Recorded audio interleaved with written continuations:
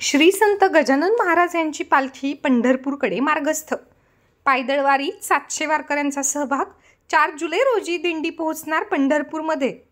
बुलढाण्याच्या शेगाव येथील श्री संत गजानन महाराजांची पालखी पंढरपूरकडे मार्गस्थ झाली आहे। पालखीचे हे 56वे वर्ष आहे। या पायदळ वारीमध्ये 700 वारकरी पताका, ध्वज, टाळ, मृदुंग घेऊन सहभागी झाले आहेत। 33 दिवसाचा प्रवास करून 4 जुलै रोजी पालखी पंढरपूरमध्ये दाखल होणार आहे। पंढरपूर येथील आषाढी एकादशीच्या सोहळ्यात सहभागी होऊन 9 जुलैपर्यंत अर्थात 5 दिवस पालखीचा पंढरपूरमध्ये मुक्काम असणार आहे आणि 10 जुलै रोजी पालखी पुन्हा पंढरपूरवरून शेगावच्या दिशेने प्रस्थान करणार आहे। 31 जुलै रोजी पालखी शेगावमध्ये दाखल होणार आहे।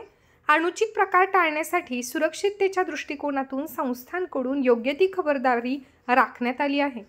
आज संपूर्ण शेगाव नगरी हरिनाम आणि गण गण गणात बोतेच्या जयघोषाने दुमदुमून निघाली होती।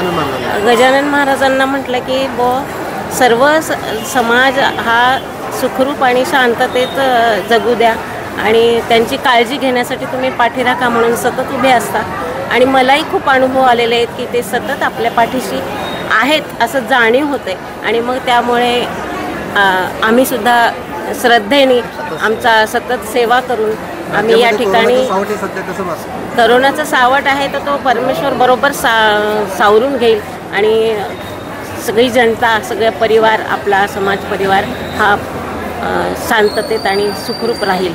परिवारासह चंद्रपूर आलेलो आहे।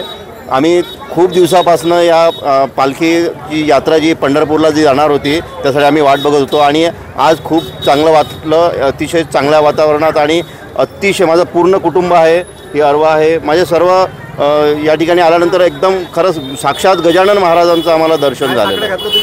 गजानन महाराजांनी एवढं सांगितलं की सगळ्यांना सुख समृद्धी आणि या भारत देशाला एक चांगलं शांततेचं जे राज्य सध्या जे चालू आहे ते एक चांगलं या ठिकाणी सर्वांना सद्बुद्धी देहो। आणि मी मलकापूरून आलो आहे। मी दरवर्षीप्रमाणे येतो आणि दरवर्षी माझी वारी असते। मी महाराजांनी एक सगळं घाललं, सगळ्या जनतेला सुख समाधी द्या आणि पाणी चांगलं पडू द्या यावेळेस। जय गजानन महाराज।